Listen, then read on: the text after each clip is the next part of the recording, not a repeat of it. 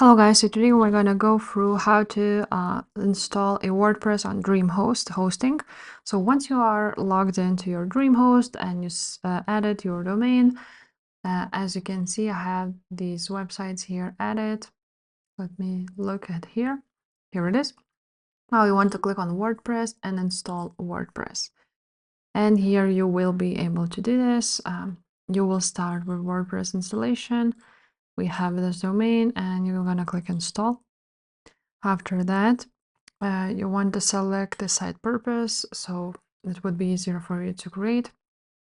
I'm just gonna do something like, we can do e-commerce maybe, and click on next. And now they recommend some plugins, so you can install them straight away, which is really convenient. So of course, starter templates, WooCommerce, Stripe payments, SMTP, and many other things, which is actually free. So I'm just gonna click install. And now you will see this WordPress installation in progress, and it will take some time. So we will have to wait for it to install. And now once the WordPress will be installed, you will see this WordPress button here and where you can actually access your website from here.